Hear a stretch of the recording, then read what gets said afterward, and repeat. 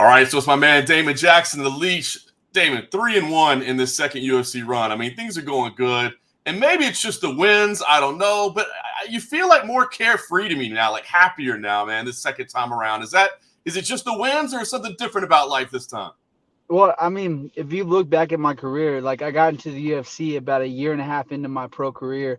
And so I really had no clue what I was doing. I beat Leonard Garcia with the same move I was hitting when I was an amateur and early in my pro career. So me being a good grappler wasn't enough. So I've been really putting some work into my boxing.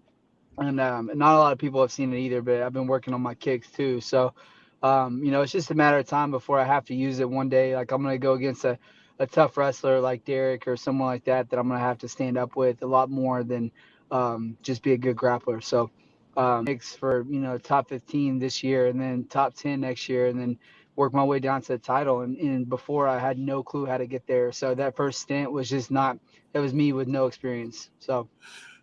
Well, that's awesome, man. Well, it's definitely paying off now that he has some experience. You mentioned Darrick Minner. We'll talk about him, but I do want to ask you, how close do you think you were to actually getting this Joe Lauzon fight in Phoenix? You're trying to get a fight day of, man. What is going through your head? Well, I mean, nothing. My head was, it's fight day. Like, I did a weight cut Thursday. I was prepping to weigh in Friday. I legit.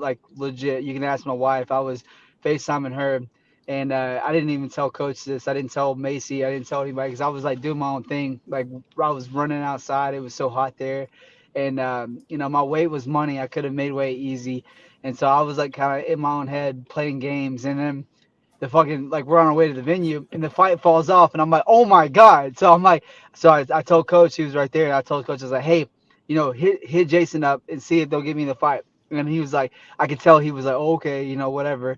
And so I text Jason and I was like, hey, Jason, like I'm ready to roll. My weight's good, my medicals are done, like let's go. And Jason's like, ha ha, I love you, man. You're always ready to go or something. And I'm like, no, like take me fucking serious. Like I'm being serious. So then I text Dana and I was like, hey, Damon Jackson, because I don't talk to him like that. Like I wanted to like hurry up and get that intro out of the way so he didn't have to look me up. So I sent him my tapology. I told him my record, told him my finishes. I told him that I'm ready to go right now. This is my weight right now, and he responded back to me. It was cool. He respected it. I wasn't trying to get that Dana White privilege. I was just trying to be like, hey man, like I'm that guy. Like I'm the guy you call day of when something goes down. I'm the guy you call 2 or 3 days out. Like I don't care. I'm ready to go all the time, and I want to fight those kind of fights. And it would be so cool to fight Joe Lauzon because he was like when I was training when I first started, he was like such a big name, and him or Cowboy, I would have loved to fight either one of those guys just because they've been in the sport for so long, and it's just they're part of that the UFC banner. Like when you think of UFC, you think of one or two of those guys fights at any point. Like they've always had those exciting fights. So I was down. I was ready to go. That was real, 100% real. That wasn't fake at all. Like no one even knew it happened. And I told Coach, I was like, hey, I was like, and I showed him the voice text back, and he starts laughing. He's like, you hit him up. He was like, dude. He was like, he was shaking his head. He's like, you're lucky that paid off. And I'm like, I was like, hey, you didn't take me serious, so like, like listen to me. Like I'm ready to go. Like, so yeah, it's all good. That's hilarious, man. I can respect the effort. So let me ask you, Jamie, had you ever done this before? Is this something that you ever do? Like when you're cornering somebody, like I'm going to cut weight just in case, or was this Every just time, like every time, every time? every time. I don't think people understand. Like people talk a lot of shit and they say they're ready to fight at any point. I legit every weekend I'm like ready for Jason to be like, hey, we need you in Abu Dhabi. We need you wherever. Like I am legit ready to go at any point. My cardio is always like super high. My weight's always like perfect to cut to. I could always make 55. 45. I would like to have like 4 or 5 days out, but if I had to do like I did that Mursad Betic, I did that on 3 day notice. I was walking around about 73 and I made 45. So when I see these guys miss weight, I'm like, what do? You have two jobs. You have show up, make weight, and then you have show up, fight night. That's your two jobs. That's it. And you can talk shit and be a Conor McGregor that gets a lot of attention that way, and that's good. But you don't have to do that. You don't have to be you don't have to be out promoting yourself in these crazy ways. You just have to make weight and show up to fight, and that's it. And so You know, like there's no excuses. If you're gonna take the fight, you better show up to make weight. I love it, man. That's a great attitude. All right, talk to me real quick about Sayif and Fortis. I mean, this squad keeps growing, man. And I'm biased because, I'm a Dallas guy, born and raised in Dallas. So I love seeing the team there in Dallas doing Oh great. yeah. So I'm always supporting you guys. But the track record is speaking for itself, and this squad is getting bigger and bigger. Like, what do you think is the key? Like, what's happening there that this team is building and building? I think like a lot of people ask us like about Sayif and stuff, and like the consistency of having one coach with that one mindset, with that one expectation, which is just like you work hard, or you shut up, or you get out of the room, and that's it. And so having that is huge. Having the fact that we've all of the guys that are on our team, like our main part of the team, we've been together for 10 years now, and everyone's just now kind of hitting that peak where we're really feeling ourselves. We're really feeling good about what we're doing. Like all the hard work and all the technique, the basic technique that we've been doing for so long, it's really starting to pay off. And like that momentum just builds up and builds up whenever you have, like Span last week, locking up that nasty guillotine. I've seen him hit that guillotine so many times in the room, and maybe like one or two of his fights he's finished that, but he's got one of the nastiest chokes, and the dude's like freaking 6'3", huge, big as hell, and he's got great jiu-jitsu, and he hasn't really ever had to show it. He always goes out there and hits people hard, and and he finishes fights. So seeing his jiu-jitsu get to come out was cool because he's had that forever. Like he's always been so good, and I think that you'll just see that these guys, like the guys that are like in the UFC now, we have a whole nother stack of guys that they're gonna come through. We're gonna do the Contender Series the same way this year and the same way next year. We're gonna have a handful of guys come through, and they're gonna be like, oh my God, Fortis MMA, because we built guys from the beginning, and now they're starting to get to that point where we're ready to like release them and go. So now we have a lot of guys taking fights in the local scene, and they're just smashing. So I'm looking forward to the growth that we're gonna have for sure. That's awesome, man. I'm excited to see it. All right, so let me ask you about Sayif as a coach. Like, he's so intense. And obviously, I love the guy, man. He's a great dude, and I consider him a friend. But I always do wonder, are there ever moments where you're just like, stop, bro. Like, give me some room. I mean, he's intense, right? He's yelling at you. I know he's motivated, Yeah. but are there ever days, whether it be in a room or in the cage, where you're like, bro, it's too much. Give me some space. Yeah, I mean, there's definitely some guys can take it and some guys can't. It's kind of funny because, like, if you're on point, your weight's good and your cardio's good and you're wrestling or you're boxing or things that that he wants to see out of you. If those things are good, he doesn't have to say shit. So whenever he's saying something, you got to be like, okay, I need to shut the fuck up and listen because, like 99% of the time he's like spot on, and then the time that you don't want to hear it, that's that 1% where he's probably right, but you just don't want to hear it. And uh, you know, he's a different coach because I've been around a lot of different athletic coaches, like with as far as like wrestling and baseball and all these different things. And his mindset is just like he's on point 100% of the time. Like whenever we're in the room, and he might have shit going on, or he might want to be somewhere with his kids, or he might want to be doing whatever. But then like you just see him like zone in and focus on whoever's day it is. It's like when it's your day, it's your day, and you have his focus. He tells you what you're doing right and wrong, and it's kind of up to everyone on the team to kind of go out of our way to make sure that we have those practices with each other, that where we kind of like make sure that whatever we're doing that he wants to change, that we do those things on our own. And that's why the team's gotten so close, is because anyone on our team, like we'll have each other's back no matter what, because we don't let new people in because we know what it takes to like that team atmosphere is so nice to have with coach, and it's just he keeps everybody so tight together.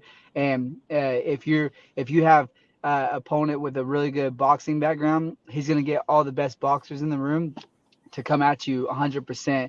And if your strength, like for me, taking someone down, that's like my way of like shutting someone's boxing down. So whenever I do my rounds, I might take someone down with like a nasty double leg, and then he's like, okay, back up. And I'm like, are you fucking serious? Like, what's the point of me taking him down? Like, but then like, it's good work. Like me and Miles were just scrapping today, man. We were going back and forth, and he made me do that like so many times where I took him down and then I had to get back up. And I'm like, this is like so exhausting to like take someone down and then to immediately come back up. I'm like, I wanted a little break, I wanted to go for a choke, but it's like, It's good. But yeah, no, we love it.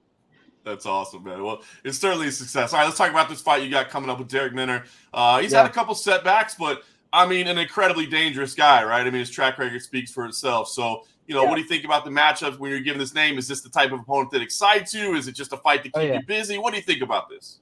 Hell yeah. No, this is busy, yes. I always want to be busy. And if it's fighting these kind of guys that he's just like, fuck it, let's go. Like he he gets a little wild, a little crazy, but he knows what he's doing. He likes people to like when he throws like that, he likes people to like shoot in, so he gets them in for a headlock.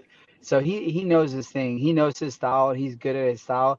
I think he's definitely got a lot of holes for sure. And just picking him apart with things that I'm good at. I think that it is a good matchup in a lot of ways, but he's definitely the dangerous fighter that just kind of like plants his feet, throws heavy. He's very willing to scrap, and he's very willing to like take a one or two punches, whatever it takes to get in on those get in on your legs and to get you on the ground. And I have 100% faith against my grappling against anyone. When it goes to the ground, I'm good to go. So if I take it down or someone takes me down, I'm good to go on the ground, and I love the fights on the ground. But if it ends up being a stand up, slugging it out, I'm gonna be a lot smarter than him. I think that my style, um, it's changed a lot, and I've only gotten to do it in the room because people are letting me take them down in my fights. So in the room, I don't always get takedowns, or like what I was telling you, like coach doesn't let me take people down. So I've got to really work on my boxing, and I've been really working on my boxing and keeping everything nice and tight. So. I think it's very important this fight. I think it's going to be a great fight for fans. I think it's going to be a great fight for both of us to kind of test each other. And, I just can't wait. I'm ready to roll right now. I love it. Yeah, I love the matchup stylistically. I think it's going to be a lot of fun. Yeah. I'm just curious. Do you do anything special to kind of prepare for like the chaos that he brings, or do you just kind of Yeah. keep sticking with your I mean, fundamentals? no, well, it's more with my opponents that are like my teammates. It's more on them because I think if I fight my fight and I'm smart with the way I throw my striking in there and with my takedowns in there, I think if I do that, I'm good to go. Like there's nowhere he can beat me. But like I think that whenever I have to deal with that pressure of someone just kind of mauling me, like coming in with those wide hooks, big overhands, heavy outside leg kicks. When I have people coming at me like that and I can deal with it, that gives me a lot more confidence. And I think that's just the biggest thing that coach is so smart about is that he knows everyone's strengths and weaknesses, so he can match us up. Because like there's sometimes I'll spar with this kid named Ian, and he's only got like 2 pro fights. Like he's nobody. Like no one knows his name at all. But the kid is just a dirty dog, man. He's got nasty kicks. He's a southpaw.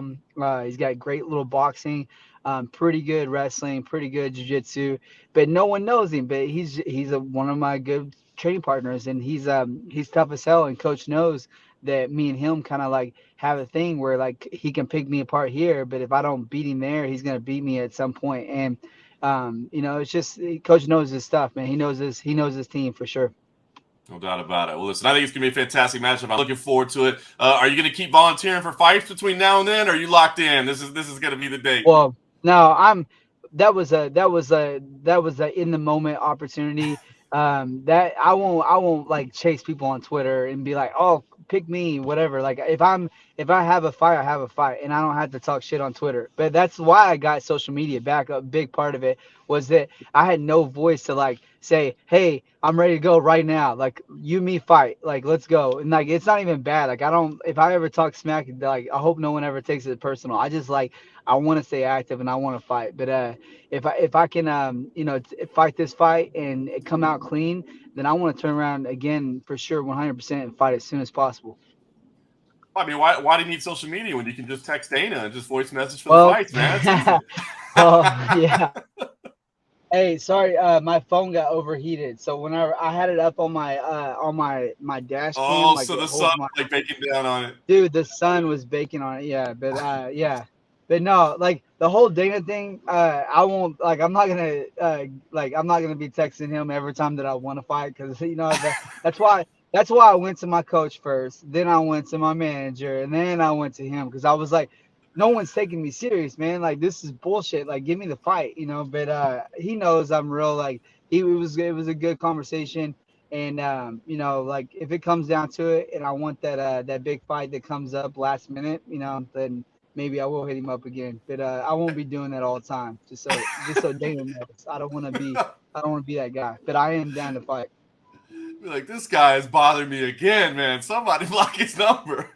Yeah, yeah, Awesome, man. Well, yeah. it goes down June 4th. David, always a pleasure catching up with you. We'll see you at the UFC Apex in Las Vegas for what I think, honestly, I mean, could be a fight of the night contender to me. It looks like it's going to Oh be a good yeah. one.